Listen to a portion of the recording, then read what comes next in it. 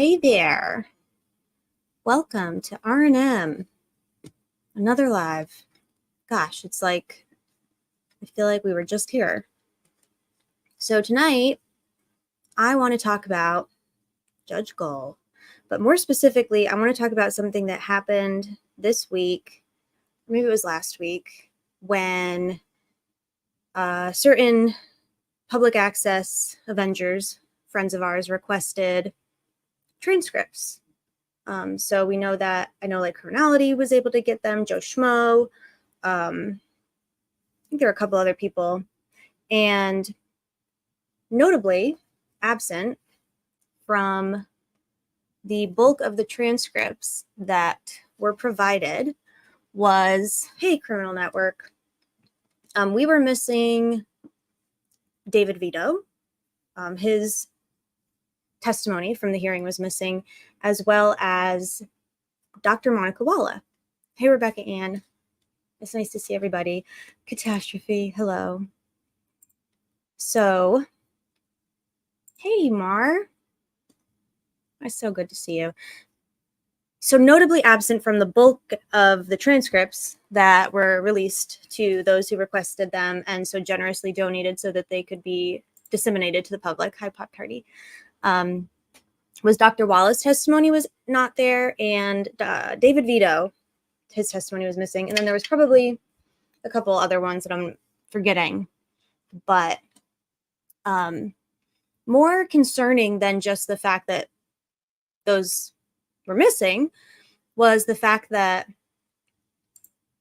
a couple individuals did contact Judge Gull's, the Allen County court reporter, Jody. I think her title is court reporter versus clerk.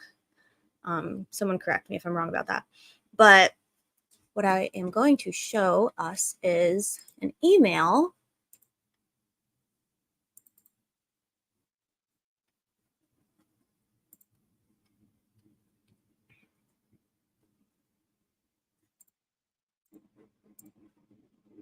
So this was the response that a couple of people got from Miss Jody Williams when they requested or inquired as to where the rest of the transcripts were. Specifically, Dr. Walla was really the primary one, I believe. So the response from Jody was, the balance of the hearing that was not prepared is 7.5 hours. So 7.5 hours of hearing. As no one has requested that it be prepared, it would be at the $5.75 per page rate, and the estimated cost of preparation is $1,322.50. Hey, everybody. Based on my current workload, I couldn't start on it until the end of September or possibly into October. Per the rules on access to court records and by agreement of the parties, no non-confidential version of the transcript of Dr. Walla's testimony will be available to the public as it contains mental health records. Hi, Estrella. Nice to see you again. Yellow Jacket. There's my wife. And True Grit. Hello. So the way that I interpreted this, a couple things. For starters, I was very surprised that Dr. Walla's testimony, David Vito's testimony had not been requested. I just find them very hard to believe. But it also says, by agreement of the parties, no non-confidential version of Dr. Walla's testimony. So they did request it, what she's saying. There is a version being prepared, I would assume. Hi, Kokomo. Hello. And Christine Beck, hello, and Regina. All of our friends are here. So the first part of this is I am concerned about the assertion that no one has requested that Dr. Wallace and Vito's be prepared. I don't know how that's possible. The second, and then the price is just, I'm not even going to get into that. That's just astronomical. That's just ridiculous. And then, hi, Leads with Love. So Miss Williams here, this is a this leaves a lot to be desired. I have a lot of questions based on this answer, because for one, per the rules on access to court records, well, let's see.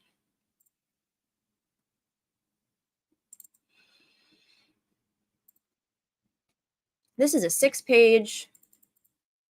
This is just the section that would be relevant to what we're kind of talking about here. I haven't seen the specific rule cited catastrophe. The only thing that she says in this email is that Dr. Bell's testimony, no non-confidential version will be available because it contains mental health records. So I spent some of today looking through, for starters, the access, the Rule 5 access to court records. So Jody did not cite a rule. That's a problem.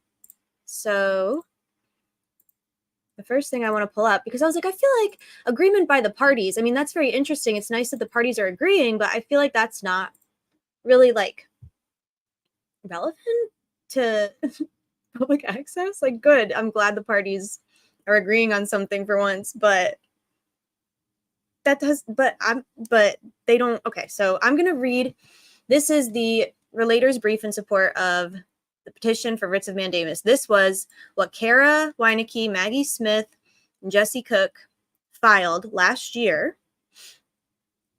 Oh, thank you, Catastrophe. Let me pull that one up too in a minute. So last October, the attorneys, not the defense attorneys, but the relators filed this brief. And I just want to highlight like one or two things in it. I thought I had comments, but I guess not.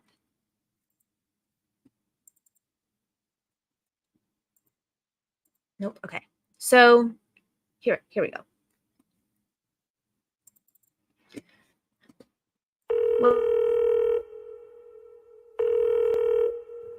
Please leave a message after the tone. I don't have to say who this is and everything because you already know, because it's a real voicemail. But just wanted to let you know I was at the drawer handle store, and a Chelsea handler and I picked you up some more handles. But I just ran into Fiend earlier, and I just wanted to call you and let you know first that you have that show tonight at 8. We'll have everything ready for you. But he was really upset. I didn't know who one of his friends was. His name was Richard. Please leave a message after the tone. Hey, I don't know why it hung up. It looked like it cut off or something, or you stopped it. I'm sorry if I'm annoying you. Just so you know, you got a live show tonight at 8 p.m. We have the coffee for you. Be bringing that by, and then we also have the avocado toast. But I really just needed to call you to fill you in on what happened with Fiend. If he calls, don't answer. Just block it. Because I think he's really upset about something. I don't know. Please leave a message after the tone. Hey, if I told you something, yes, you're immediately jumping to something that like means nothing to me. Yeah, Like that's not relevant to anything, dude. Like I mean, I to anything, dude. Like, bro, like seriously, are you fucking insane, dude? Bro. I want to give you a hug and give you like fucking mental health care. Like, It's him. It was meant for him. do you know about Richard Everett? Do you know anything about him? Is he part of the Delphi investigation? Oh, yeah, see, this is the whole fucking shit. You don't know fucking anything. You're a fucking idiot, dude. You don't know fucking anything. You don't know anything about Richard Everett. Like, how do you not know about Richard Everett? You are fucking like the only person in Delphi that's named Richard is Richard Allen. But fuck a thing about Richard Everett. Yeah, exactly. This is the whole point.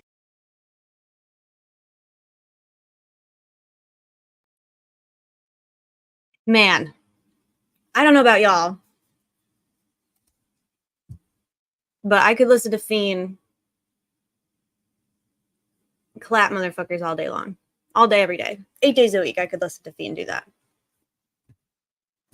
I thought we were going to have a visitor, but all I saw was a black screen because I didn't have my volume turned on.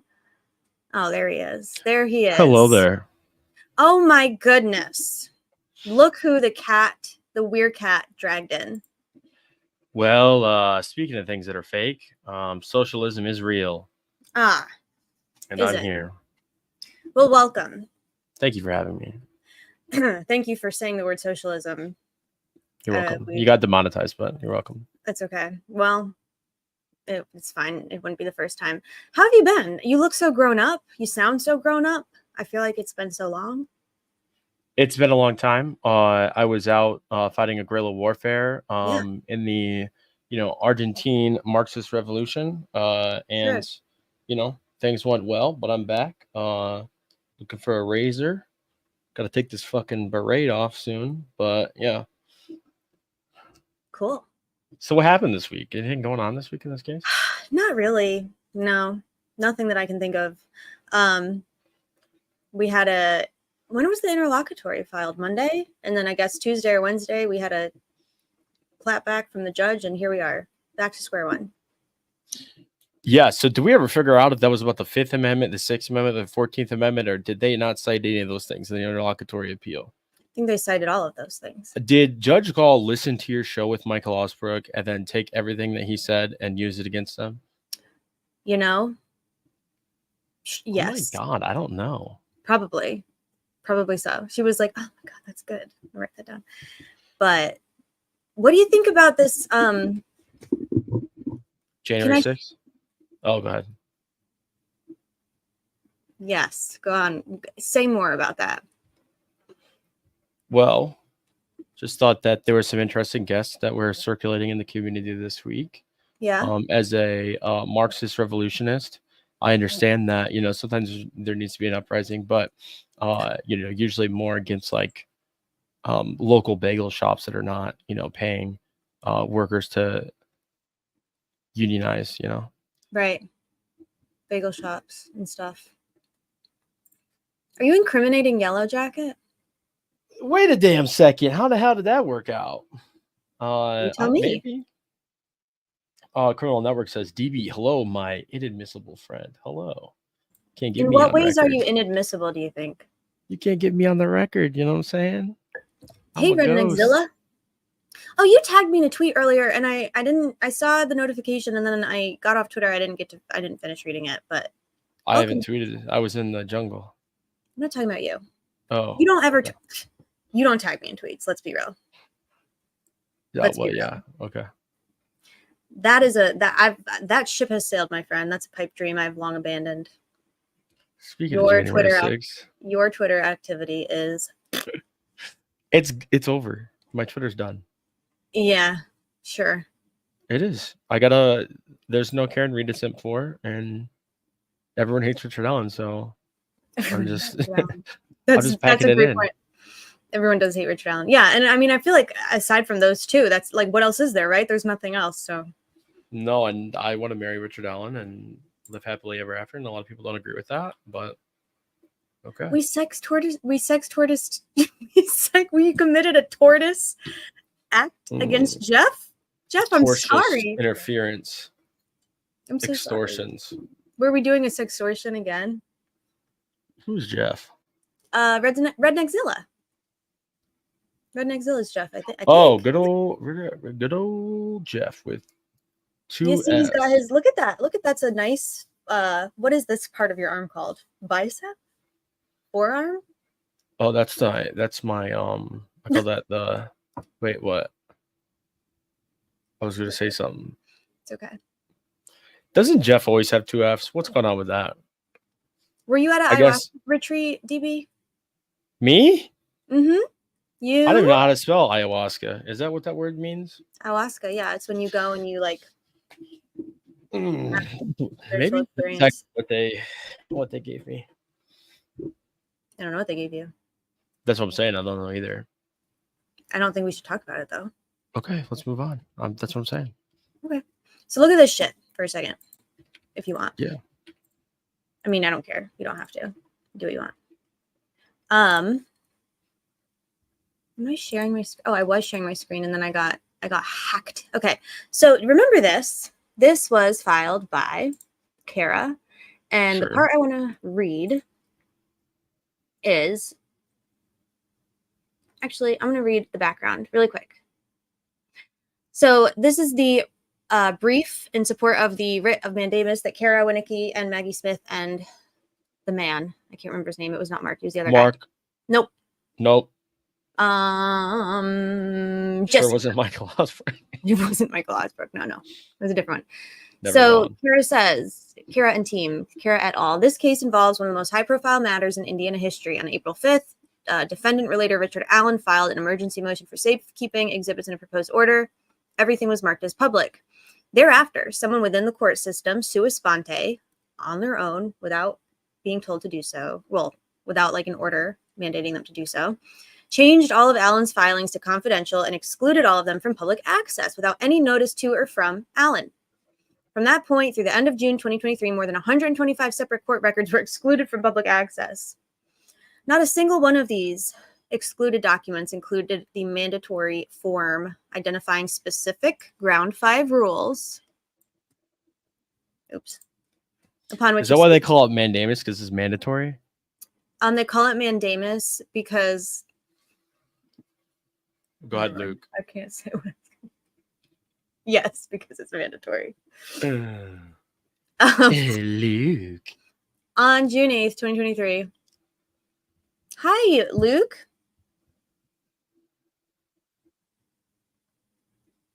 You're getting ahead of me, but that's okay. I love when that happens. I'm a slow reader. On June 8th, a member of the media requested access to excluded court records. On June 28th, the trial court ruled on that motion and explained that all the documents had been excluded to comply with the court order, which prohibits public comment. This gag order, however, only governs extrajudicial comments, not court filings. The trial court then allowed the parties to agree to exclude the entirety of certain records from public access, even though both actions are prohibited by the access to court records rule. So if we just kind of shimmy back to this email, this is not a thing. This is not a thing. You cannot, the parties can't agree to exclude something from public access. Well, the public is the party. Exactly. I didn't agree to that. Did you? Well, when it comes to public access, I would think that the parties would include people also outside of the court. So agreement of the parties. Did they say that the public can't have it? Did the public weigh in on this? No non-confidential version of the transcript will be made available to the public, meaning there will be no public version of the transcript, period. No non-confidential version of the transcript of Dr. Wallace, a active voice. You know what I mean? Yeah, no, It's tough. This is Let's fuckery. work on it. So Let's work on active voice. So if we were to do the inverse, right? So a confidential version of the transcript will be made available to the attorneys, but no non-confidential version of the transcript will be made available to the public, is how I'm understanding it. Meaning the public will not get a copy of this, not even like a redacted version. Well, how I read it is no nana nana boo boo, pocket full of poo poo. Pretty much. Yeah, I think that's a really good synopsis, which is, so the Supreme Court already clapped Judge Gull for this once in this case. Did they? But they said that they're not going to. They said no non-confidential version will be made available. They're not going to prepare they're not going to prepare a redacted version of. I mean, catastrophe. What don't you understand? The sentence is very clear. No non-confidential information will not be released for non-parties in this non-case. Nonsense. Yeah, it's clear. It's motherfuckery, first of all. Second of all, even if she were going to, she says, but by the way, I have a lot of work, and so I'm not going to be able to even start this until October, meaning when the trial's probably begun and ended. Which... Hey, can I tell a story real quick? Yeah, but you have to speak up. Is this better? It's perfect. I'm a socialist. I'm trying to conserve on power. Sorry. Yeah. Okay. So when I'm at work and I'm like, hey, barbacoa needs refilled, more chicken. Make with the fucking flour tortillas. And somebody's like, I can't. I have customers over here. I'm stuck on the cash register. I don't want to hear that. I want more fucking barbacoa on the line. Okay. Do you think Braden, Aiden, and Caden, who are on break from fucking composition 101 at their state college, that are all getting a fucking burrito, you think they care about how many people are at the fucking, cash register? No. I don't want to hear about your current workload. I want to get the fucking transcripts. You said barbacoa. I thought you said barbacoan, and I was like, Yeah, interesting. Barba. That's like Barbara McDonald and somebody else that. Barbacoan, yeah. Yeah, we don't talk about it. I couldn't start on it until the end of September or possibly into October. What's that got to do with my public records request? Because she's busy. Oh, she's busy. So hire a contractor with all get the the form. It's called a transcript. 1099. Go to the IRS website, print off a copy, fill it out. www.irs.net. irs.net. Then I'm gonna make a proxy portal, and I'm gonna back it. No, sorry, I'm not. Oh gonna my do goodness. So,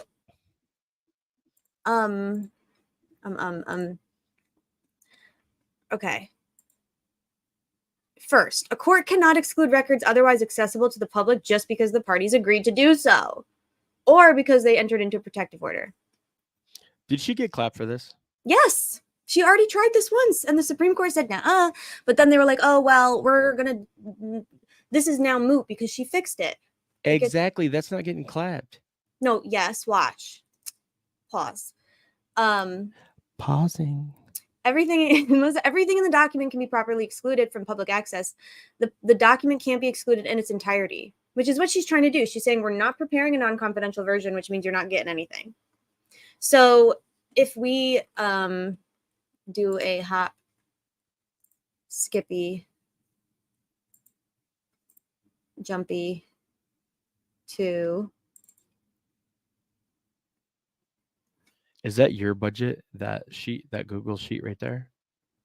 Or that's the budget that you made for me for my day-to-day expenditures that you made for me. Well, we do have some invoices from All Eyes on Delphi. We have to get some payments out to her. Yeah, sure. But yeah. Okay, well, you can go ahead and work on that. So, am I sharing this the right? Yes, I am. Yeah, I see it. Published order denying writ of mandamus and prohibition. So that seems like a non-clap to me, but go on. Roll your eyes.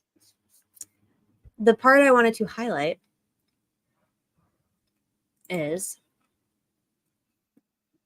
the requests that prompted this have largely been resolved and thus mooted. So largely resolved is not the same thing as being resolved, but anyway, along with reinstating these excluded documents to the CCS, the November 14th order reflects the court's intention. The court, Judge Gull, intends to comply with rulings going forward. Okay, so she made that promise or that intention. How the fuck do they know? What's the judge's intent matter? It doesn't matter at all. But, if there are any remaining concerns about access to court records, interested parties should first seek relief in the trial court and then pursue an appeal if necessary. I think that's what they just did, if I'm not mistaken. They have been trying to, and she's been acting a fool, and so they filed an IA, and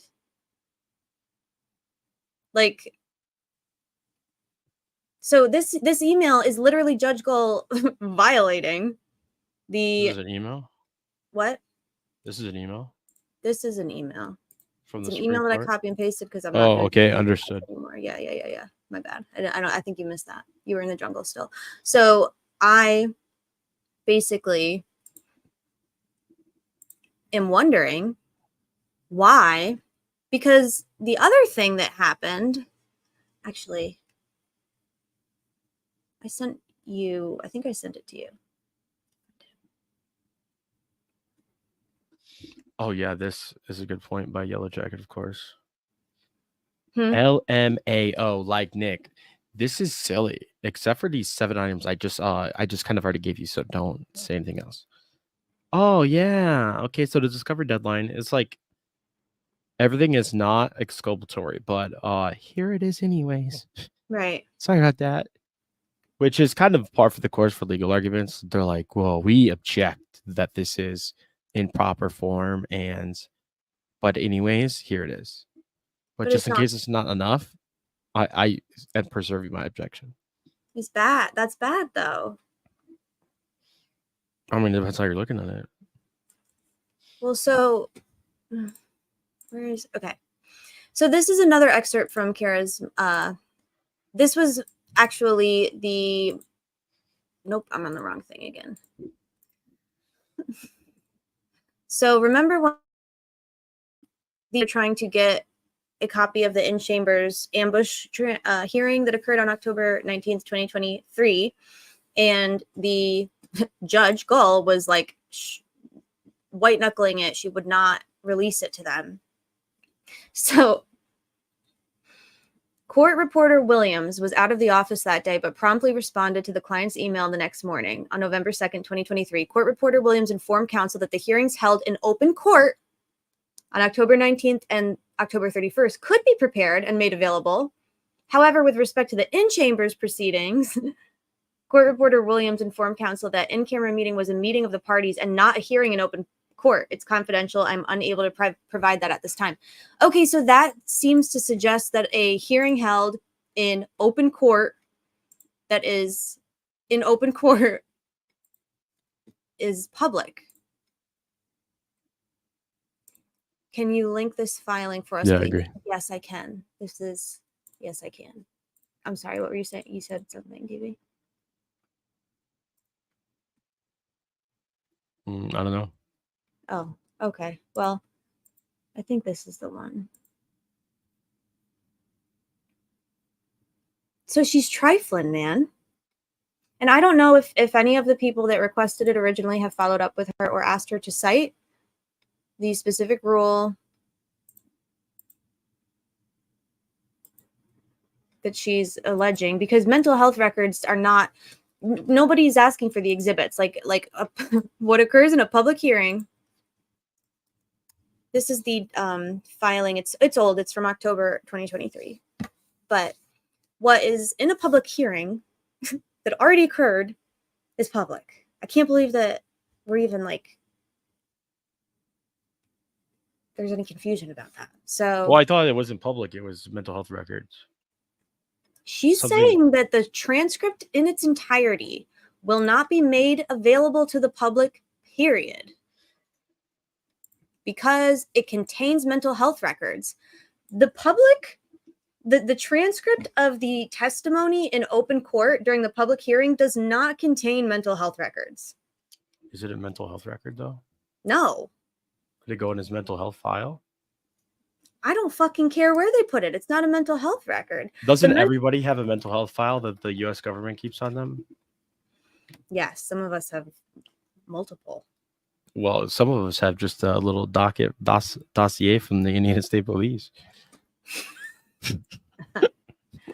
That's scary. That's a scary thing. Isn't that scary? It's spooky. It's spooky. So this is a commentary. This is a updated, adopted, amended version. It's. I want to give you a hug. I want to give you a hug. I want to give you a hug. That's nice. That made my dopamine soar. Thank you. You're welcome. No, Luke, you can't. It's not ambiguous. Analogous. It's not. No, this Analogous. this is testimony that occurred in a public hearing that the public has already heard. So it's a public mental health record. It's not a mental health record. Oh. There were mental health records that were submitted as exhibits and as evidence and accepted by the court and made part of the record. Nobody ever gets to see that, regardless. They just don't. Well, that's not true. Everyone got to see it that was there. How do you figure? So Jinx was there, Turbo was there.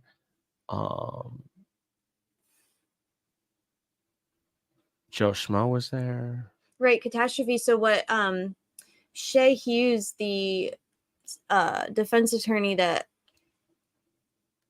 helps me understand a lot of things, said that if anything, Dr. Wallace's testimony should have been held in accordance with this rule. But because it wasn't, you can't they can't go back and retroactively correct something that's already public record. So if anything, they should have done this, and they didn't. The court, the defense, the state didn't. So it's public record, babes. It is public record. It already happened. They already talked about it. And besides, Courtney has verbatim notes on it anyway. So like the news has reported on it. The public has tweeted about it. Like, release the fucking transcript. Yeah, but Courtney left early. Not one day. Not for Walla. Well, no, Courtney left early and she didn't hear Harshman. And that was substantial, important testimony, not of a rambling, unemployable idiot that probably... Okay, anyways, never mind. You missed it last night. I called Harshman a douchebag. Oh, how do I read that? Which one? Oh, through July 2024 meant for the year of 2024 or until July 2024. Through July 2024 means until the end of July 2024, I guess. I don't really know. You guys want to see a fun Harshman clip? Yeah, I do, because I don't want to talk about Gull anymore. I'm in a bad mood. Show us your clip. Excuse me. Please? It's uploading. I'm trying to get my satellite phone to connect. Yeah, uploading. I'm sending all the bytes over via Morse code. Morse code? Morris. Yep, Morse code. Keith Morrison code. Keith Morrison's code? State. My name's Brian Harshman with the Indiana State Police in the Indianapolis District. We're out at the 1998 State Fair this evening, and we're going to talk about a few things that we do at the State Fair. Tonight, what we're going to be doing is working a midway, and we're going to be doing some things on the midway. Tonight, we're going to be trying to get false confessions. Midway is we handle a lot of lost children, find a lot of lost parents too. As the evening progresses and things go on, it gets more crowded. We deal with a lot of gang issues out here. We do a lot of gang intelligence, as well as we take some theft reports, do this and that, and oftentimes we'd take a... Oh my God. No. When you share a video clip, DB. Yes. You mute me. No, it's an overlay. You mute me. It's an overlay. When you play an overlay, you get muted. What? You're I want to give you a hug. You're I want over. to give you a hug. Go ahead. You're I want over. to give you a hug. Okay, that was the last time. Sorry, go ahead. Your overlay mutes me. That's what I'm saying. It mutes me too. Did you hear me? I was making. I always hear you. You're like a constant. I'm like a Congo line. Is that what You're like a constant track playing over and over and over and over in my brain. This is. We could My pause name's it. Brian Harshman with the Indiana State Police in the Indianapolis District. We're out at the 19... one of the big things we do on the midway is we handle a lot of lost children. Why are you handling the children, sir? I'm just gonna say, why as are you a handler? You're as handling, a handler myself, I would not use that word there. You're handling lost children. That's probably not gonna like feel less afraid. Maybe don't handle them. Also, I'm surprised he did not arrest this woman immediately for jaywalking behind him. Find a lot of parents too. As the evening progresses, tonight what we're going to be doing is working a midway, and we're going to be trying to get people to confess to crimes that they did not commit. Tonight we're going to be going up to children and bugging their phones. Oh. Have you guys seen a picture of him in the news? You just showed me a picture of him. Oh, of Harshman? Yeah. Yeah, he looks like a douchebag. You think he looks different? Yeah, he looks like who's the guy that? Oh, he looks like an actor, and I can't remember. I'm so bad with name recall. What's his fucking name? Hmm. You want me George to share the Clooney. picture? Don't you have it? Yeah, I have the picture. Do you want me to share it? Yeah, Go ahead. yeah. I mean, I've had to share all of my own pictures this week. It's been awful. Oh, It's on been your horrible. channel? What? The ones on your channel? The ones on my what? No. Okay, I'm looking. I'm looking for Mr. Harshman.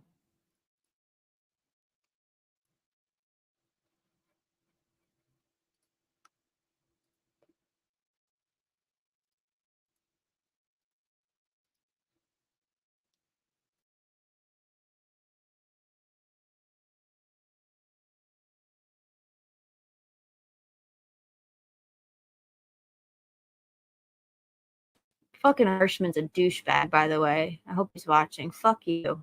Fuck you, Harshman, you fucking douche. Wait, was that your video? You're muted. Are you talking to me? Yes, that was my video. Okay, Wait, so is this... you stopped it. You stopped it midway. Hey, Go handler. ahead. So fucking you're handling with like a heavy hand. Fucking Harshman's a douchebag, by the way. I hope he's watching. Fuck you. Fuck you, Harshman, you fucking douchebag. Okay, so sorry. Go ahead. What is that? Oh my god. I thought that was something very different at the bottom here. March 20.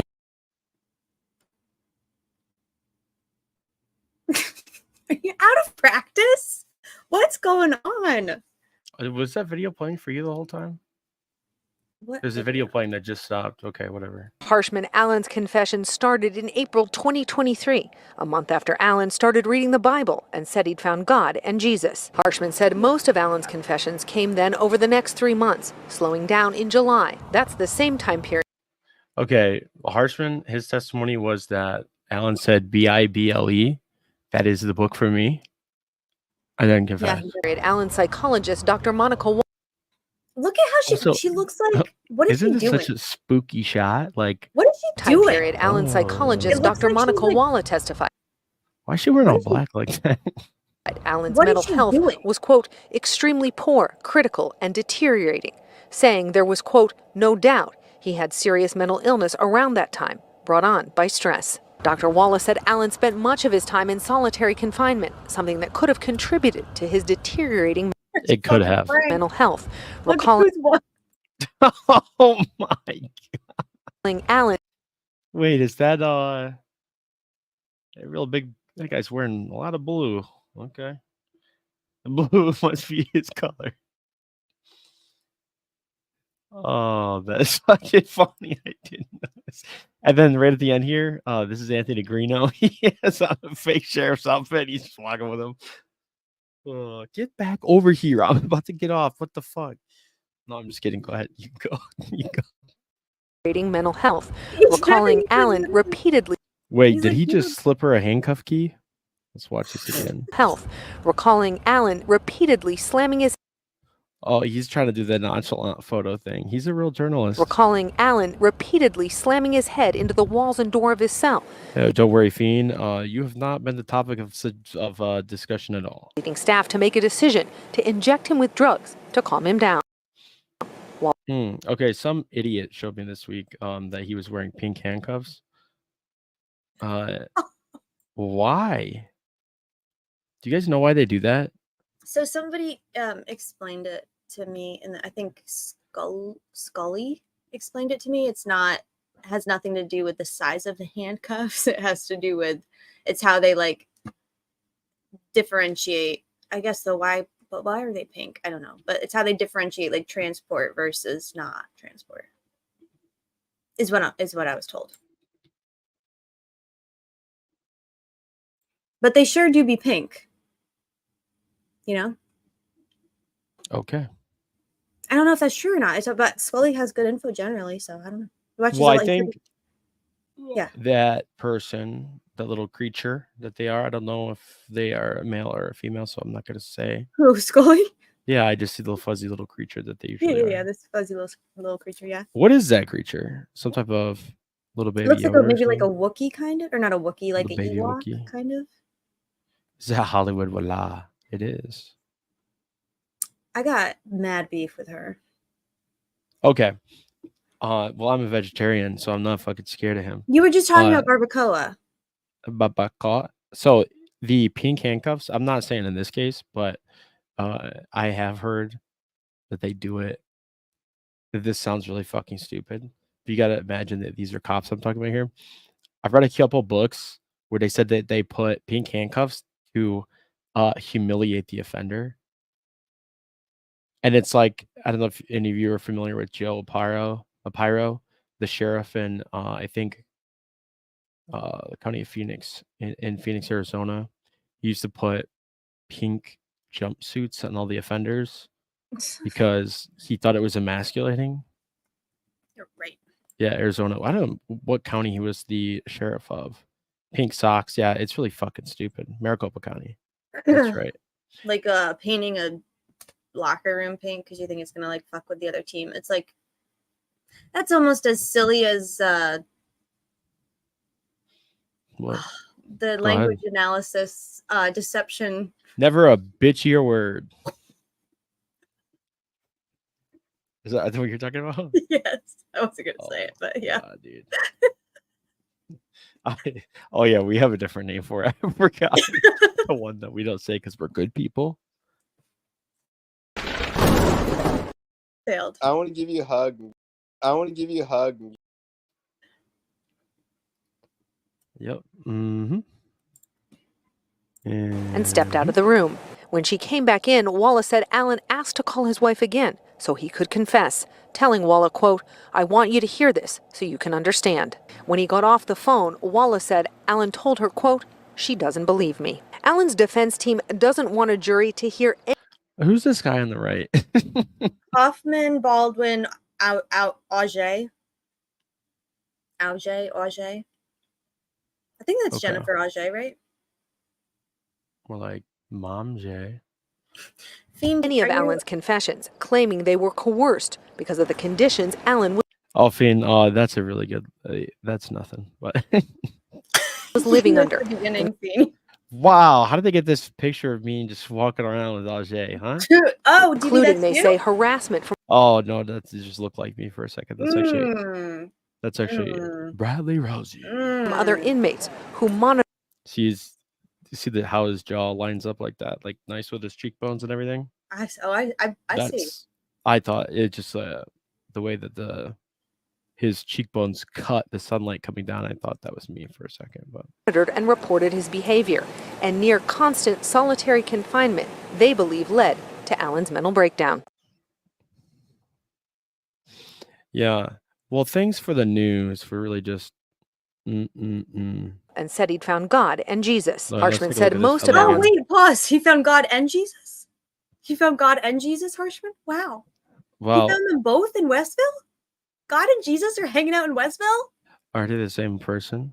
I don't know. Harshman Did says you that bring he them found into your both. heart? I don't know. I know that you don't believe in one of them. confessions came then over the next 3 months. Half of me. Harshman, dude, doing fun with this guy, dude. No, okay, so we're talking about 15 years, maybe. I don't know, maybe 20 years apart.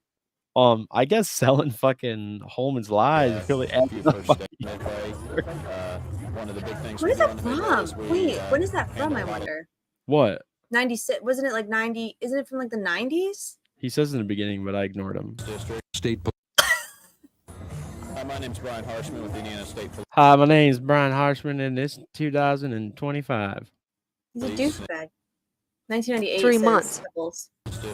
Enjoy- You're really enjoying this. As somebody who's aged remarkably well, as a 97-year-old man, Look at you. like rubbing it in. You look great. Thank you. You're welcome. So, actually, That's fucking illegal. Remember the first time you did that? And Yeah, you look like Same this. time period, Allen's psychologist, Dr. Monica Whoa. Walla, testified. Whoa. it scared me quite a lot. Did they have a dolly for that shot? Handy bandy, What handy is mandy going bandy. on with that fucking shot, dude? It's really weird. She's like she looks like a. It's like she's just It's weird. What are She's you being like doing? infantized. It's weird. It's a little strange to me. It's weird.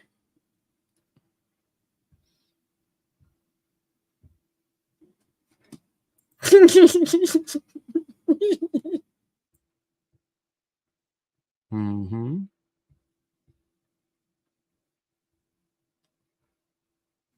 Okay. Go on now. I feel like there was one other thing I was going to talk about. I was going to. Whatever, dude. Just talk about it then.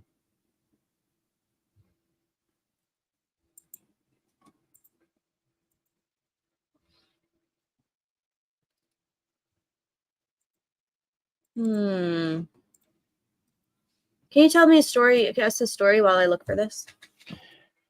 And go. So Richard Allen, right? He was a CVS manager. And one day, Jerry decided to talk to him. He said, "You're not fucking going anywhere. Got it, sir?" He said, "That's fine. I'm right here." And then all of a sudden, Jerry said, "There's a bullet." Well, was there a bullet? We don't know. But I think there was a bullet at one point. But maybe not. But maybe. But maybe not.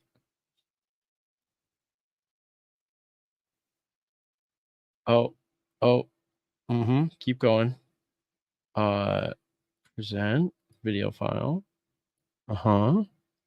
Downloads. No. This is just me talking about what I'm doing currently on my computer. It should be very entertaining. And gonna go with this humiliating fiend clip. Yep. Add that to the stage. Like, seriously. Like, I mean, I to anything, dude. Like, bro. Like, seriously. Are you fucking insane, dude? I want to give you a hug and give you like fucking mental health care. Like, It's him. It was meant for him. Hell yeah, dude.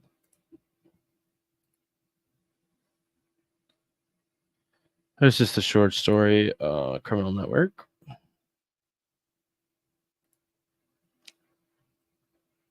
Yeah, why? Why would she get a true grit crime said looked like she was getting ready for her close up to me. Did she have a close up?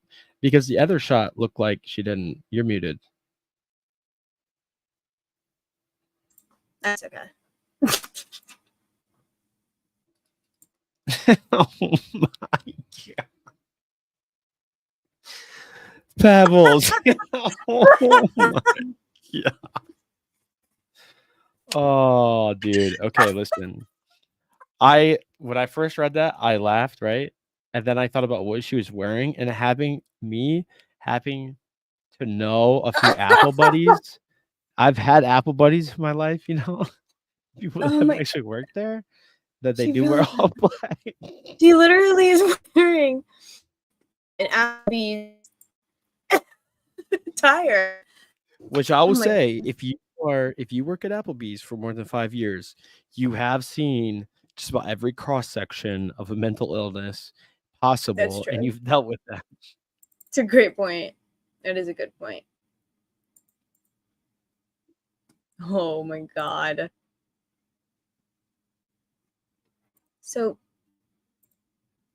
I need a better system for a lot of things, but do you know about Richard Everett? Do you know anything about him?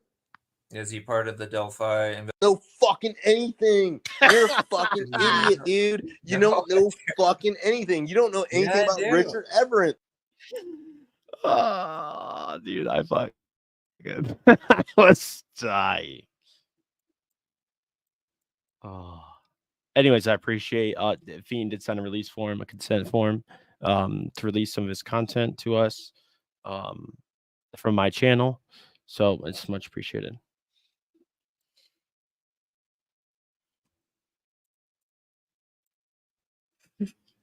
I just have a feeling that some YouTube channel with 500 followers is gonna zoom in on this guy's head and then deep fry it with a bunch of HSL filters, and then be like, "Look, you can see the reflection of a 6-hour PT26 in his head." This is Benjamin Diener. Oh my God! Would you look at That's that? Judge Benjamin Diener on the right throwing gang, And I think these gang signs. these two people on the left here are probably people he's gonna sentence to death for, like, I was just gonna say these are probably shoplifting. people. Just gonna say that's not funny. I don't know. I just don't know. Wait, why did he shave his whole face and head? Isn't that something? I don't know. He sure did, though. Fiend, can we Isn't get a that timeline on that? I Curious, Luke, can can. you create an AI that doesn't work, that just steals copyrighted content to figure that out, please? I actually have something I'm going to show you. I have And it's something I'm going to show hilarious. you. Well, This is a really important question we have to ask ourselves here. Squidward, you're standing on my foot. Oops. Oh, sorry, SpongeBob. And you got your elbow in my ribs. Ew.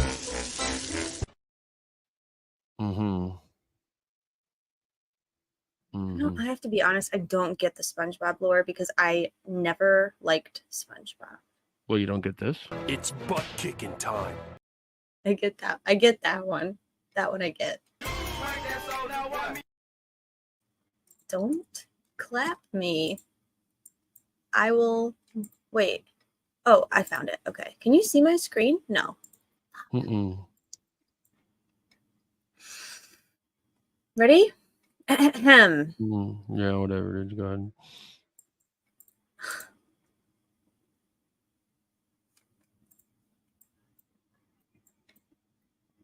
Well.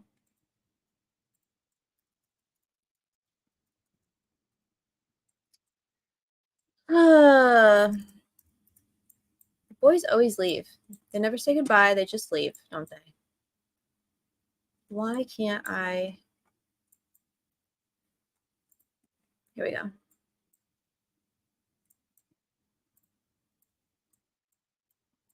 Isn't it interesting? Oh my gosh. So this may help clear some things up. Maybe not.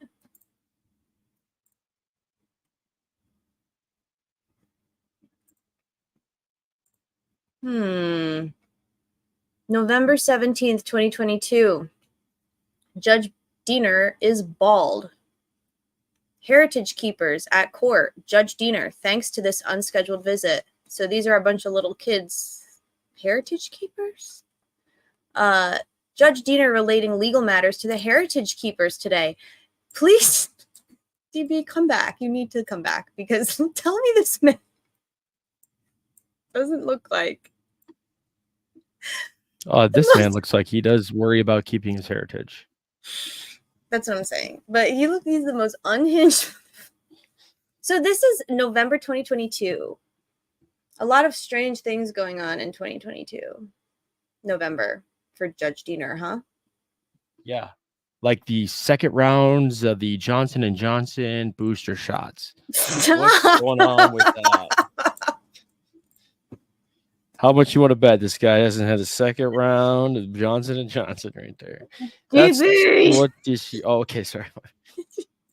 I'm losing people. They're dropping like flies. We lost Rochelle earlier. I don't know if you saw that. We're losing people. Stacey Diener's his stepmom. Did we ever figure out who Stacey Diener is in relation? Oh, wait. Remember when Judge Diener was like, people are sharing images of me on YouTube? And I was like, I never. Now I have. Oh my God! Praise be to Allah, our Lord and Savior has arrived. Jesus and God has arrived.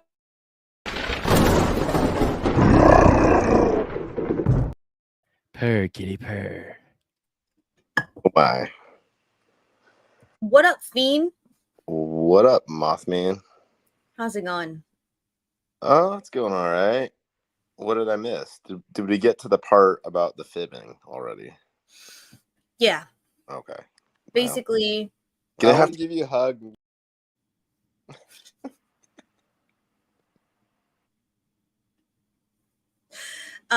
Judge Gull and Joni are just up to some motherfuckery hiding the transcript. Wallace transcript. Oh, yeah. Even though they already got clapped by Kara in the Supreme Court for doing that. Yeah, I'm about to revisit what they said in their first OA. Well, Fiend. Did you already have it pulled up? I'm just like out of the loop. It's okay. Hey, man. That's all right. And it's fine, and it's okay, and it's all right. Specifically, what I'm looking for here is because I got something, I don't know, just thinking on. But like my understanding was that like when they file something that's like sealed, like there's supposed to be like some sort of administrative like form or something that they're supposed to be able to provide. Because right now we don't have any idea what any of the things that are sealed on this file are. And that's like not, my understanding is like that's not correct. That's not the way it's supposed to be. Like you can file something and it can be under seal. I mean, there's a procedure to do that, but it shouldn't be just completely secret that like what is actually under seal. Like we should know the things that are under seal, and we have no idea. Right. Exactly. I don't know if you can see this, but they talk about the mandatory ACR form. That's it. That's what I was looking for. Literally Perfect. is never included in any of the things that they're trying to seal ever. Okay. Well, that's, I mean, I don't know. Maybe somebody like that's better at this than I am wants to hop on it. But yeah, I mean, besides just, I mean, I've got a thing for like, I would like to know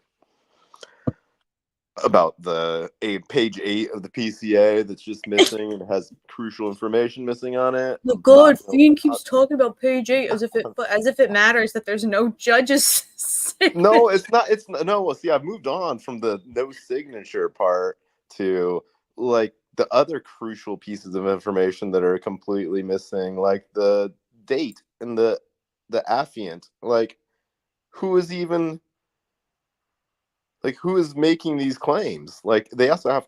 And Luke brought up a great point. The they have to swear that they're swearing that this information is true. But that part's missing. So no, is anybody swearing that this information is true? Like, those are basic like elements of a PCA that like they can't just be not there. Like those are things that make a PCA a PCA. Like very, very like the most basic parts of it. Like you can have a crappy PCA that just says, pretty sure this guy killed somebody, and that might be all it says. But as long as you've got like a date and a name and someone's swearing that they're telling the truth on it, like it's better than this PCA because this isn't even a PCA without those pieces of information. But besides that point, I was going to ask for the ACR forms on all of the things that are sealed because they should exist, but that would also tell us the list of things that are sealed, which doesn't mean that like, it's not them getting unsealed, but at least we'd have some sort of idea of what might be out there that we don't know about. Yeah, we still don't. And the Supreme Court was like, she says she's going to do better. And then she never did. So, cool. I think also another thing that people don't understand, like, we've already had it happen a number of times, like outside of attorneys, like filing motions and stuff, like, limited appearances to do something or other. But like, honestly, you don't even need to be an attorney if, like, you can actually like navigate doing something correctly. Right. Or like you could, I mean, any member of the public could file a motion to unseal the PCA. Like, and at this stage, is there like a good reason for the PCA to be sealed at all? Like, I think, like, I can't imagine that there's much on the PCA that isn't already out. Like, what's the point of it continuing to be sealed? It seems fairly silly to me. Like, I don't know what information they're trying to protect. It's quite silly.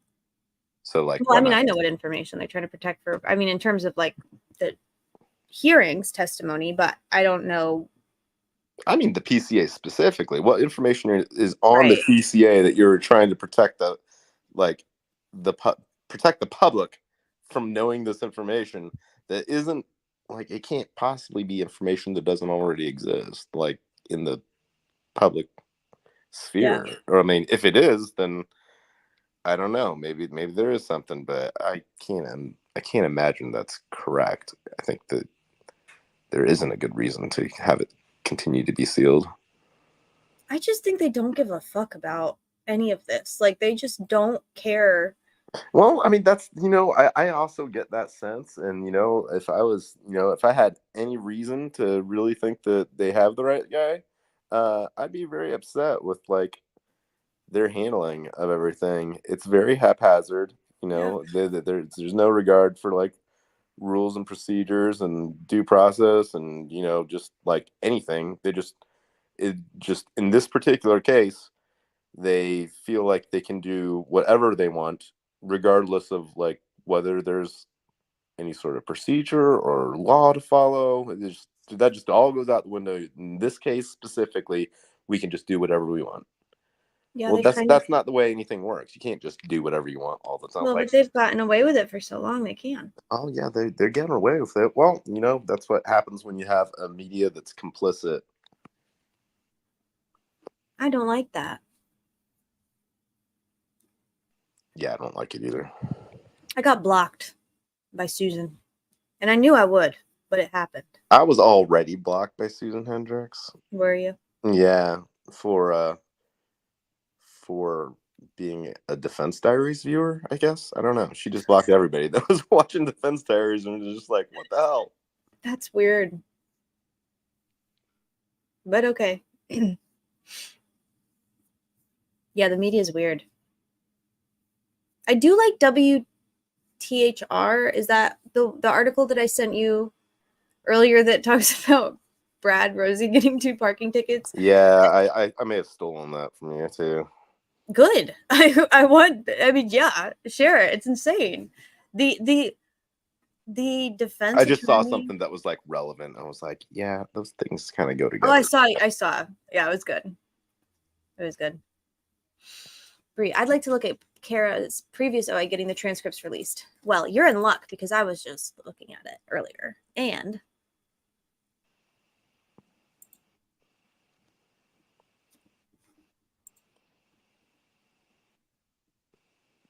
where is it? Let me look over here. Jay, did you change your profile picture to Susan Hendricks? I can't see it.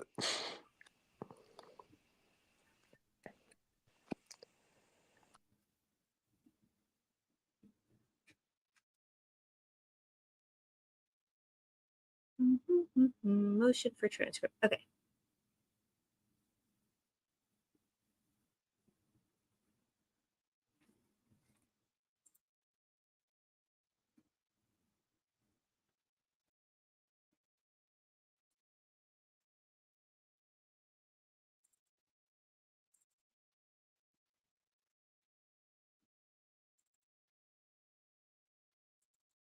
Oops. Where did it go? I just uploaded it and now it's gone. Oh, here it is. Motion for transcript.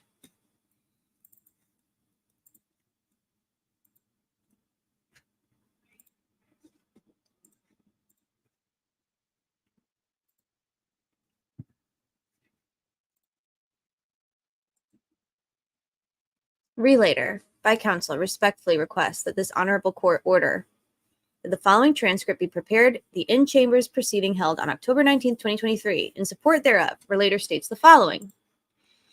Relator has filed this original action after his trial counsel attorney's Baldwin and Rosie were removed from his case due to the court's belief that trial counsel engaged in gross negligence during their representation of Allen. Oops.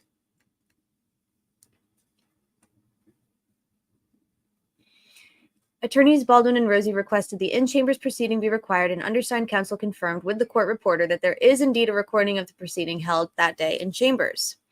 The Indiana Rules of Procedure for OAs require a relator to provide the Supreme Court with a relevant transcript of any evidence in the record if it exists.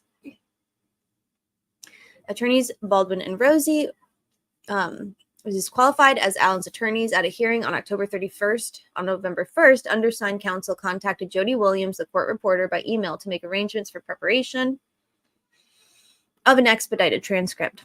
Court reporter Williams was out of the office that day, but promptly responded to client's email the next morning on November 2nd, 2023. Court reporter Williams informed the counsel that the hearings held in open court on October 19th and October 31st could be prepared and made available by November 3rd. However, with respect to the in-chambers proceeding, court reporter Williams informed counsel that the in-camera meeting was a meeting of the parties and not a hearing in open court. It is confidential, and I am unable to provide that at this time. Undersigned counsel, Kara Winicky, responded that she would prepare and file her limited appearance and written motion for transcripts. As limited appearance counsel in the cause on behalf of Allen, counsel informed the court reporter that attorney Winicky should be permitted to receive the transcript regardless of its confidential status. After acknowledging that attorney Winicky's limited appearance and motion were on the docket, court reporter Williams informed counsel that she still maintained the in-chambers proceeding was confidential, and thus she could not provide a transcript to counsel until the trial court granted the motion for transcript. On the morning of November 3rd, 2023, undersigned counsel Mark Lehman traveled to Fort Wayne to obtain the transcript of the hearing held in open court. Before attorney Lehman left Fort Wayne, attorney Winicky asked court reporter Williams if attorney Lehman should remain in Fort Wayne in the event the trial court ruled on the motion for transcript. In response, court reporter Williams indicated that counsel could not obtain the transcript that day, even if the court permitted them to have it. As of the date of filing this action, the trial court has not ruled on counsel's motion for transcript. Due to the emergent nature of this original action, counsel filed the record of proceedings without the transcript of the in-chambers proceeding, and now asks this court to order the transcript be prepared. Mark Lehman, Kara Winicky.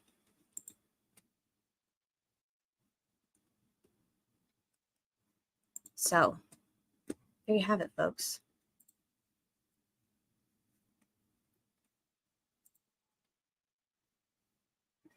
He's doing a media tour.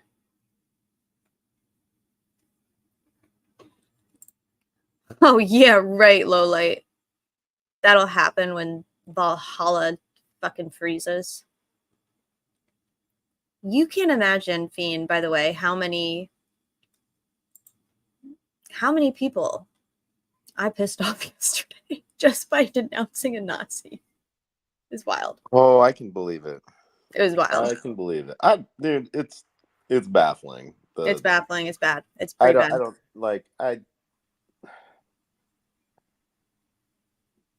I don't understand. Like, I mean, I understand it. I've dealt with it forever, but I mean, not like this before. It's pretty wild.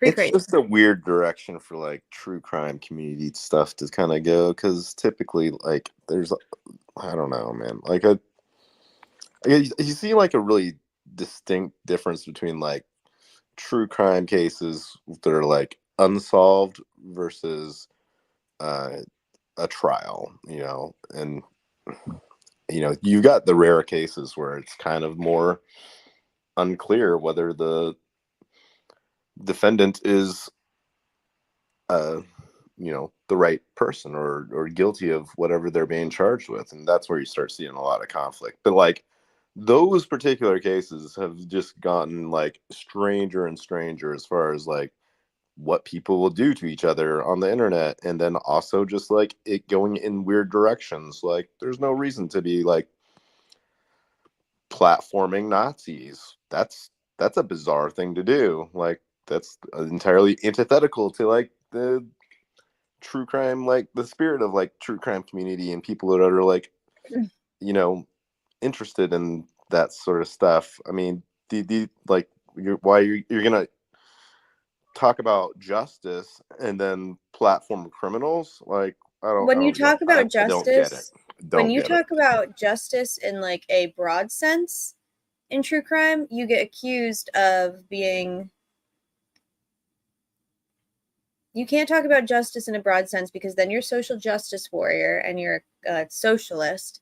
But what's weird though is that during that interview that he did the other night, you've got the two hosts jerking him off based on nothing but the fact that he's a veteran. Now, I respect veterans immeasurably, but how many fucking serial killers were also veterans? Like, that does not, just because you're a veteran doesn't mean that you're not a piece of fucking shit. Like, I don't understand why we are turning a blind eye. And I said I wasn't going to talk about this again because I ostracized a lot of folks, Fiend. You weren't here. You left me, DB left me, Yellow Jacket left me, and I went on a tangent. And I made some people very upset. That's why I've got to be here to chaperone you tonight. Clearly. Clearly. My gosh. But Handy Bay was here and she was great. Yeah, true crime doesn't feel like it's about justice though, you know? It feels like it's about crime con and hanging a motherfucker. Yeah, I think it's lost on a lot of people of like how much of this is, you know, I don't want to call it entertainment. It is entertainment, but it's more like a hobby, you know, like it's something that people are interested in, but it's not solely justice. Like you're also keeping yourself entertained. Like YouTube is an entertainment platform, regardless of what you're watching on it. That is what it is. It's about eating popcorn. Oops. It's about eating popcorn. I mean, so for a lot of people, yeah, it's just watching and seeing what happens. Criminal Network says I'm not a veteran, but I have gone commando for 3 days. That sounds dangerous. Sounds dangerous. True crime is perverted storytelling. There's a lot of trauma porn in true crime. A lot of like gore. Like there's certain former FBI agents who will literally just post videos of child abuse and be like, this is horrible, we must do better. And it's like, maybe stop fucking sharing it. Like, right. Jesus Christ. Right. And I don't know. I think there's also just a difference between like, okay, is it like actual storytelling? Like you're telling the actual story, or are you doing some fan fiction bullshit? Because I do not have a good stomach for the fan fiction. Like it's just kind of gross. I don't get why people like. For like, what? The fan fiction, you know, making up. I mean, just tell them a story, but it's not like a factual based story at all. Oh, like filling in the blanks. It's a theory, but like you're telling like a story, like it's actually something that happened. I'm thinking of someone in particular in the Delphi online sphere. It's like I'm sure that would apply to a lot of people. And just go on these like tangents about what they think happened and blah blah blah. And, right. And it's like you could write a book. You could always do that. You know, there's like room for speculation when things are unknown, but like I mean, I think you just have to be like very clear of like, you know, most of the speculation is not correct, regardless of who you are and what your theory is. You're probably wrong. Like that's just the reality of it. Like yeah. You're not imagining something and that's actually what happened. People can't get that through their heads. It's like they think that their imagination is correct. And it's not. It's just your imagination. Some of it could be correct. I don't know. But lots of things can be possible and just doesn't like take you very far. Yeah. True. And also, so I'm seeing like this trend, and I don't know. I actually didn't really ever follow true crime before Delphi. Like I had like maybe like 1 or 2 cases that I was interested in.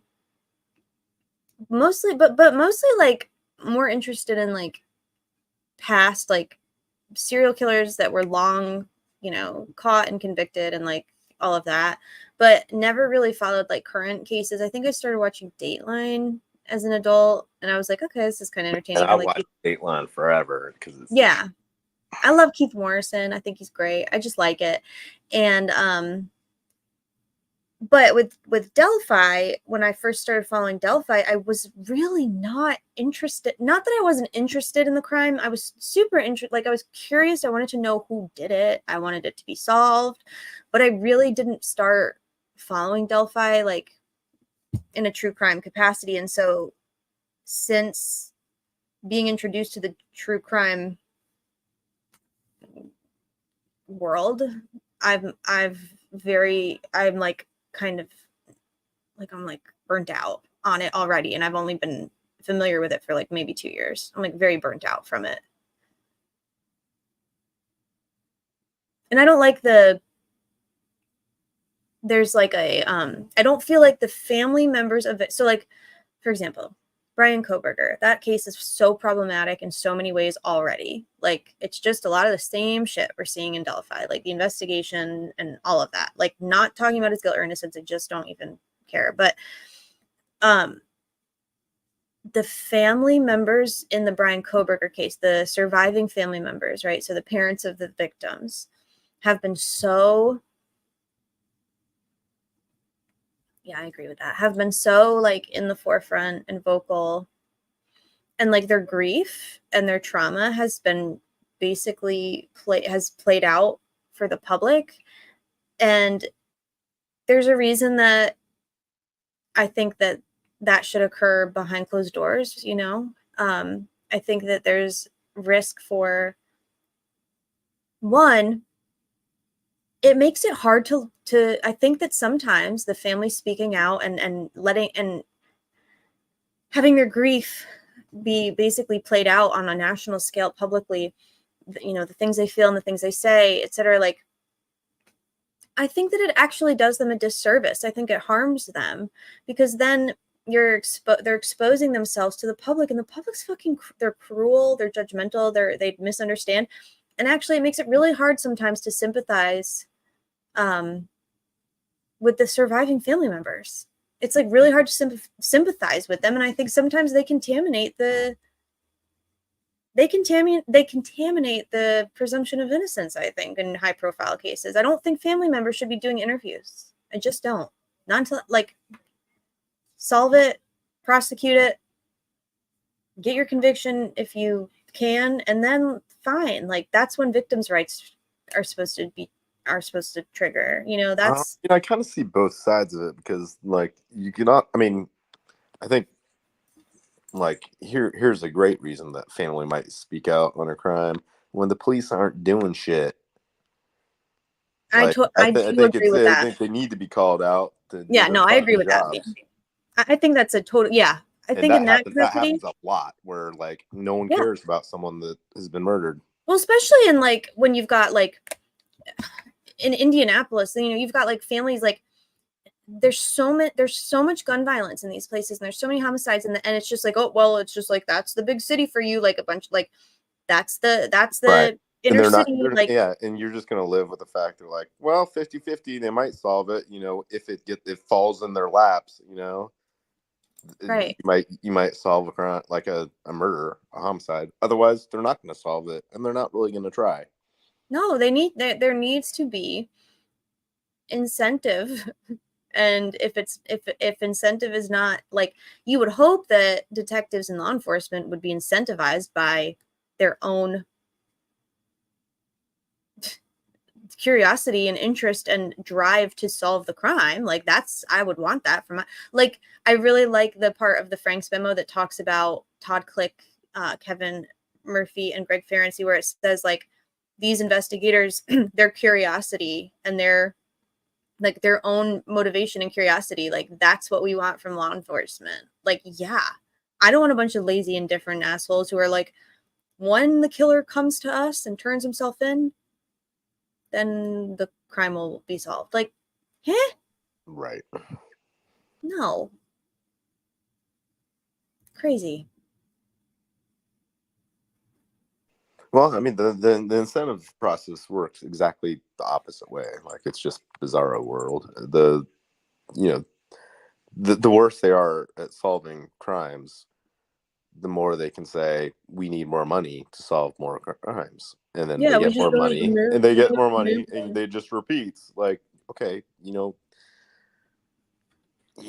like it. And then, there's just there's also just a very fuzzy reporting of crimes, like, well, hey, like, you've got loopholes to just not report crime statistics because you don't want to make yourself look bad. And because you do look bad. You look bad for not solving crimes. And it's like a self-defeating cycle, because if you don't opt into the uniform crime reporting, then you don't reap the benefit of participating in those programs, and you don't see the benefit of like all of the things that are good about participating in uniform crime. Yeah, I mean the whole, I mean, among many things, but it's definitely a major area where, like, there's reform needed, top to bottom, or bottom to top. But like, I think it has to go top to bottom in this type of thing, because it's just, nationwide. It's just it's just a mess everywhere.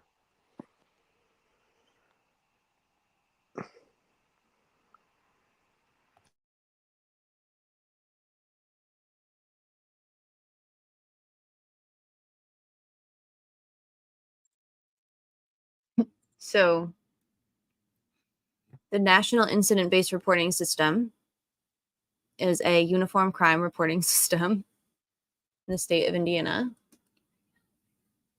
It's a 92 county initiative. And wouldn't you know, Tony Liggett and the Carroll County Sheriff's Department are non-compliant. Right. Shocker. Of course. Well, they're probably just too busy and need more money. See how it works.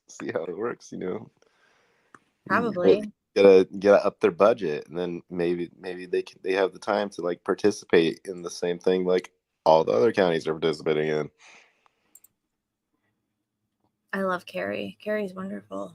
Carrie, okay, so Carrie, like you were saying, family members holding law enforcement, like holding feet to fire, right, to solve the crime. So, like 2 weeks after Libby was murdered, her mom, Carrie, who, by the way, I just really like to remind people when I talk about her that Carrie her parental rights were never terminated. They were never interrupted. She never she never gave them up. Like, her parental rights were uninterrupted. Just because somebody's a temporary guardian, like, that's an additive. That's not subtracting anything from Carrie. And I think people misunderstand that. Carrie never lost her parental rights of Libby, and Libby visited her mom in Kentucky all the time. She was planning to move there with her after the school year. So, like, she was very much involved in Libby's life still in a tremendous way. And after the murders, like 2 weeks, I want to say, or maybe it was like less than a month, she contacted the sheriff, Tobe Lesenby. He didn't know who she was. She was like, I'm Carrie, Libby's mom. And he was like, oh. And she's like, so are you going to, like, I'm obviously paraphrasing, but she was like, are you going to come out to Kentucky and talk to me and interview me and, like, investigate me and, like, the people around me? Like, the fact that they hadn't even looked at her as Libby's mother. Like, she had enough understanding to be like, I'm the mother of the victim and the police have not even come to talk to me. Like, you want them to do that. You want them to clear you, and then also to investigate all the motherfuckers in your circle, because, like, you have no idea who did it. You want it solved. You're not worried about protecting other family members or friends or people that live in your home, because you want the person who killed your daughter to be identified and arrested. That's very much how Carrie felt. She's like, I don't give a fuck who did it. Like, come figure it out. And she's like, that was really when I became concerned about the investigation. Like, the fact that weeks after, nobody had come to talk to her. Like, that's insane. I mean, it's not insane with what we know now, but, like, she was very much, there was a time where she was speaking out. Well, I think that's a pattern that's just been, like, very prevalent in this case, is where, where lines of investigation just weren't like followed. They just stopped very, very short. Sometimes not even starting, because that would be a basic thing that you would do, is talk to the family. I mean, I don't know. I don't want to be like a conspiracy theorist, but like there's a lot of evidence that points to like they didn't seem to be very motivated to solve this crime, and that they were not thorough and they were not detailed. And if anybody that thinks that Richard Allen is guilty, you should think that doubly, because or more than doubly, 100 times over, because where was the line of investigation into somebody that said, I was there, I saw girls on the trail, like like whether it was hours before, hours after, day before, day after, someone giving you like that relevant of a tip, and they saw some people out there, like that's crucial information. That's what the end of the tip narrative. Like, what's the takeaway here? The takeaway is, who are the people that he saw? That's the question. Who are the girls? Who are the girls that he saw? Who are those 3 girls? Yeah. I'm like, whatever happened with that? You just throw in the trash. Like, doesn't matter. It doesn't matter who those 3 girls are. Doesn't matter who this guy is. Don't worry about the. Yeah, I mean, it's absolutely just silly. But like, yeah, so like you're not surprised when you hear like, well, they didn't talk to a bunch of the family. The family never interviewed, or there's the other witnesses that were out, people out at the trails, and they didn't follow up with them for a couple of years, and they didn't see if anybody had photos. They didn't verify this person's alibi, or they half-assed verifying somebody's alibi. Like, they just stop all the time on this case. And what do you infer from that? Like, I mean, it's almost like I start to think that they didn't actually want to solve it. Right. Like, it's almost like they get to the point where they're like about to, like, their investigation's about to yield it's about to yield something evidentiary, right? Like the return of a subpoena or a warrant or something. And it's like, they almost are like, they don't want it. They're like, they don't want. Yeah. You know what I'm saying? It's almost like speaker check. Tobe Lesenby was not happy about.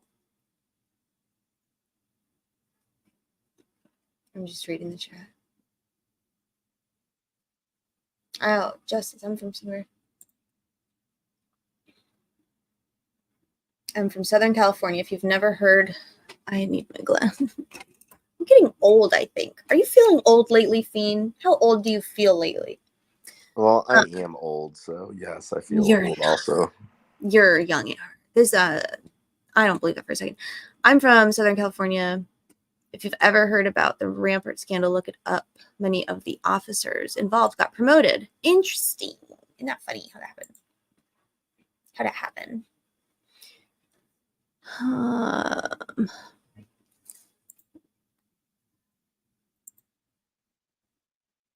Oh, isn't it weird? What do you think about this? The media still will not say, like when they're reporting, even that in that article that we were reading that I sent you earlier. That's so weird. They won't say Kagan Klein's name. Oh, really? I don't know if I've noticed that completely. They won't say his name because he's not involved in the investigation. Okay, but he's a convicted child predator. Like, he's a convicted child predator, and they won't say his name, but they're like blasting Richard Allen's name and face all over the media as the killer. Like, it's so weird. It's Indiana's weirdest. It's almost like they knew that his name would be motion and lemonade out before a motion and lemonade was even filed. It's almost like it is almost like that. I don't like it. Yeah, I don't like it either. I don't like it. Thumbs down, -1. Do not recommend. Do not recommend. Is there anything else you want to talk about, Fiend? I don't know. You had a pretty good take on some electric werecat theory. You got any more of that? No, I mean, my take on the electric werecat is that I'm famished for more information and more research, and I think what my takeaway is that we just too damn bad. We don't have it. Oh no, I've got some. It's coming. I'm working on it. Remember when I asked you to send me the table of contents of that? One time, Fiend was reading he posted something from like an old book about Carroll County, and I was like, "Oh, Fiend, send me the table of contents because I want to see something." And he sent me he sent me the table of contents. What was it, like your werecat book? Yeah, it's the book that references the electric. I was like, oh my god. She's like, I can't believe how unhinged this is. UFOs, the history of Carroll County. I was like, holy shit, Fiend, look, they're nuts. Oh my god. I've got jokes sometimes. I'm sorry. I didn't even question it. I was just like, I didn't even question it. I was just like, God, these people are fucking weird. It was like, what was it? UFOs. Yeah. There's like space kangaroos. All sorts of crazy shit. No, but wasn't there also something about like, yeah, I'm gonna find it because there was something in it that like we were talking specifically about Native American history in Carroll County or something, and there was something in there was an overlap of sorts. Well, yeah, it's the part of the book that's kind of like, I don't know. I don't have the book. I'll see if I can maybe turn that up because it does look interesting. But yeah, the Native Americans referred to the Deer Creek area in Delphi as the Valley of Death. Yes. Which is like, can I share that? Yeah. The thing you sent me? Okay, I'm gonna do it because it's really interesting. Or actually, I don't know. Did you post it on Twitter? Yes, you did. It did. It was buried in. Yeah. Oh, I found it. Ha ha ha. So where do the werecats come in? Well, the werecats are actually regional to like near the Fort Wayne area. Mandy says, can we name a show Carroll County blows the entire load on the bunk clam jam? I really want Vito's testimony just so that I can have in writing how much money was spent on Kagan Klein investigation, which was based on nothing. Like they had enough. I didn't realize that the reason they started looking into Richard Allen is because they thought that at some point they believed that he lived in the same neighborhood as something. Remember that was like, yeah, and I mean that's something like, I mean, I think that's a logical line of speculation that people like initially like did like kind of put a lot into as far as like, you know, I mean, this is the sort of curiosity that you'd expect from like the media of like the, you know, investigative journalism. Like, well, who does Richard Allen know? Like, what's the story on this guy? And very oddly, like, very quickly, like they did go like, hey, what's the information on this guy? And then they stopped, and then they just stopped permanently. Like nobody wants to know. Thing. Nobody wants to know any information on Richard Allen. Like, well, that's fucking convenient. Like in any other case, high profile case, we would know lots about the person. They don't want to know any real information. We would know all the details about the person, but like in this case, we're like, no, you're not allowed to know anything about this guy. They just want to write. They just want to write weird fan fiction about Richard Allen. They don't want to actually know anything about him. Is how I kind of see it. I wish that I could share. Why doesn't StreamYard? I'm going to write an original action to StreamYard. Why don't they let me share pictures on the screen? What you got to do is like pull the picture up on your phone and then hold it up to the screen. I'm not gonna feed it. So low tech. I appreciate your assistance. I feel there must be a better way to do that. Don't you think? I know, but that's an effective way. I see people doing that sometimes. It's ghetto, but it works. It's effective in that it's quick, I guess, right? I'll give you that. Okay, here we go.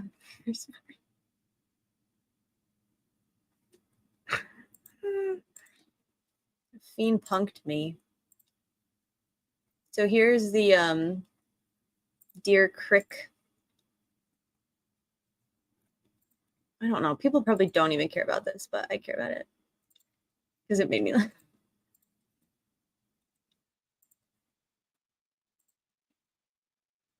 Sure. So in the early days, Deer Creek was known as Passanong Creek, an Indian word meaning place of the fawn. Passanong Prairie, which the early settlers called Deer Creek Prairie, was the land on the east bank of the Wabash River, adjacent to either bank of Deer Creek as it flows into the Wabash, and on the west bank of the Wabash, opposite the mouth of Deer Creek. John Peter Paul, of course, a surveying engineer for the United States government, commented on the attractiveness of this most beautiful prairie in his diary.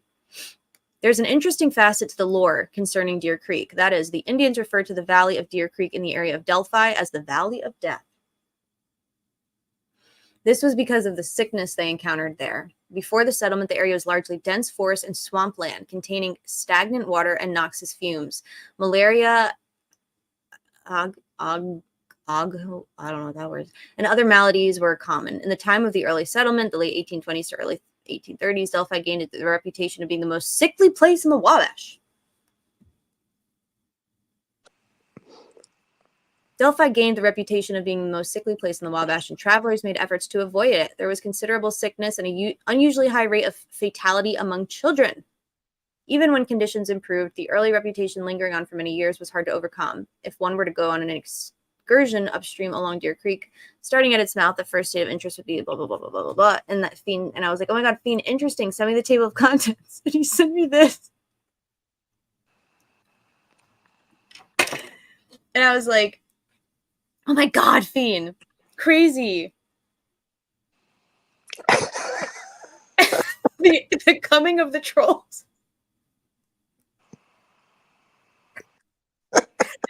Why did I? And I know I read it too. I was because like the author of that book was like such a weirdo that I was like, I could see it. I wouldn't put it past him. Like, yeah, I could see it. I said, I was shocked. I said, so fucking weird. You said that's the Electric Weird book, and I said, bah ha ha ha ha. The end. But it wouldn't have surprised me if this was the Deer Creek, whatever that thing is called, whatever that book is called. Deer Creek is stanky. Meow Tara did a whole series on the poop water, the Deer Creek poopy water. Yeah. Oh yeah, I don't know if I know about that. Well, it's a whole thing, but basically the water is like super fucking noxious and contaminated. I mean, one of the times I went there, there's a very disgusting deer carcass in the water there, which is like, I don't know. I believe in the it. Water? Oh yeah. Why was it in the water? There's like some crazy like disease that is very rampant among deer population, where they go insane and they basically kill themselves. Like they'll bash their heads. Like, I mean, it's gross. Like they'll bash their heads against the ground or something hard until their brains leak out, and then eat it, and then like just drown themselves. Like it's completely disgusting and like horrifying. It's sorry to be a downer. No, I'm thinking. No, as you were saying that, I was thinking of something I watched earlier. I don't know if it was like an apocalyptic news where like I'm not gonna be able to think of it. There's a similar premise. Like they go insane and then they like were jumping off of things and running into things. Yeah, it's the same sort of thing, I think. I watched someone swim through beer.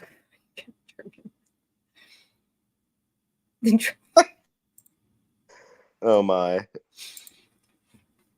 The crazy thing is like, I mean, I don't know, most of the time, like, I don't know what it was, at that time, there's a lot of like contention about like, was the water deep? Was the water not deep? I don't know. But like most of the time that I've been there, like, there's like a very like intuitive way to cross kind of like some sandy bank there where like, it's not basically not even, most of it's barely underwater. Right. Or not underwater. Like you're just walking on sand. But they didn't cross the creek, I don't think. Do you? Well, do I? I mean, I don't know if I have enough information on that. I mean, I think it does depend on like.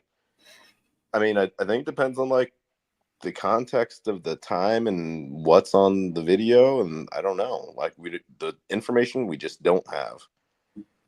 Like I think I can imagine, like you can imagine that, like, yeah, when again, like this is where you start getting totally speculative. Like, yeah, you can imagine, like, down the hill is on that side of the bridge, but like, I mean, that's if the video substantiated that, which I have no idea whether it does or not. Like, the video might very well substantiate exactly the opposite, and that was on the complete opposite side of the bridge.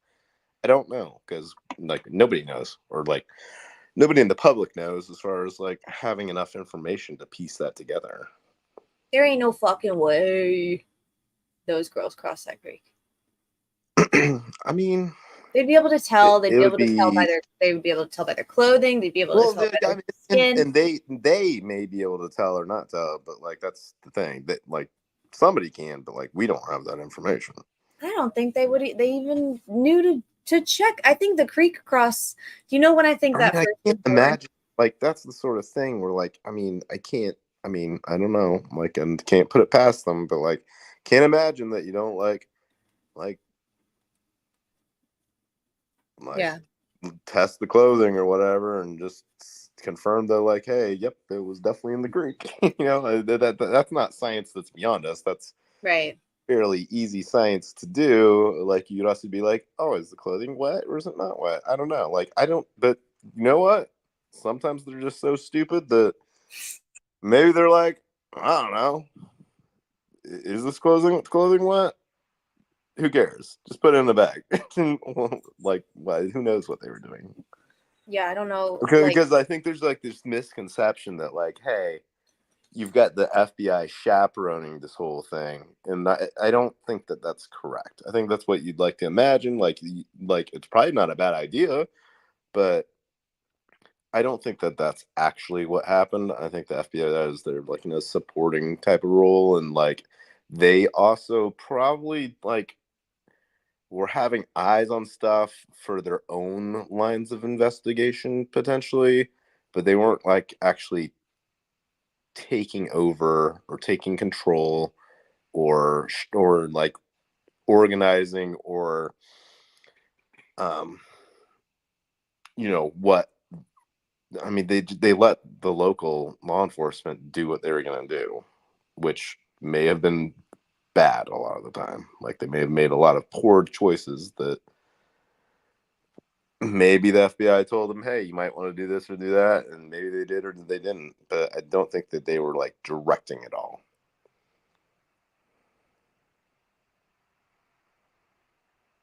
And if they were, they probably wouldn't want to claim credit for it, because this has been a shit show. It really has. It really has. You think they're going to file an OA?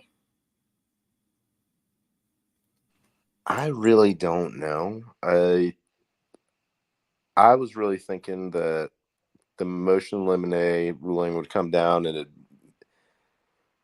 it'd be at least mostly like granted in full, and then that would precipitate trying to go to the Supreme Court, which instead they went to the interlocutory first, which they may think that they needed to do that first to like substantiate doing an OA. But I thought that like when the motion to eliminate ruling came out, that we'd likely see a motion to continue. But Gull has telegraphed multiple times, like since, like both in that ruling and then on something else as well. Like she's gung ho to like keep the trial date on track at this point, which I think it's a decision. I think that like. Why does she give a fuck about Well, that? she shouldn't. She shouldn't. Well, I mean, I think that like, you know what I mean? Like, why are you? It'd be extremely reasonable that you just had your entire defense gutted, and you wanted to move the trial date. You know, like I don't think that's an unreasonable thing. She is not a reasonable person in any fucking right. And I think she's at least telegraphing her intent. So I think that like they're probably getting the message. You know that. Yeah. Why even bother to move to continue it, even if you do need more time? Because she's telling you she's not going to grant it. She's already told you that, and basically. So yeah, I mean, if they really think that they need more time, that might be the only thing they can do is to go with an OA. I'm not exactly sure what they would do it for. Because you know. I mean, I think there's. I still think that it's possible they could go back to disqualifier. Yes, they have to. I think that's. They must. I'm not not a lawyer, so I don't know. I'm not a lawyer either, but I'm the public. You can do it. You can always make the attempt. You know, yeah, it could just get denied right off the bat, but like you could still make the attempt. It might be worthwhile to make an attempt. But I don't know. You know, I also have no idea what they had and have in their back pocket, and like, because I can't imagine their defense is completely gutted. I think the majority of their defense is still intact because the majority of the defense is always going to focus on how crappy of an investigation this was, how badly it all was, and that doesn't go anywhere. Like you're not going to motion and eliminate that out, like. Right. There's no way to get around it. So that was always going to be like the primary like pillar of defense. It has to be because of how bad it all was.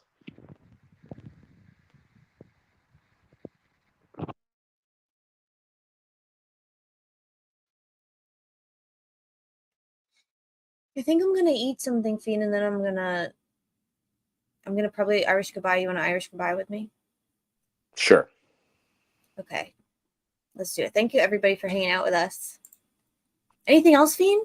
Closing thoughts? It's almost like... oh, my God. Beat me at my own game. That was good. That's the way to do it. You got to leave them wanting more. Okay, everyone, I love you, and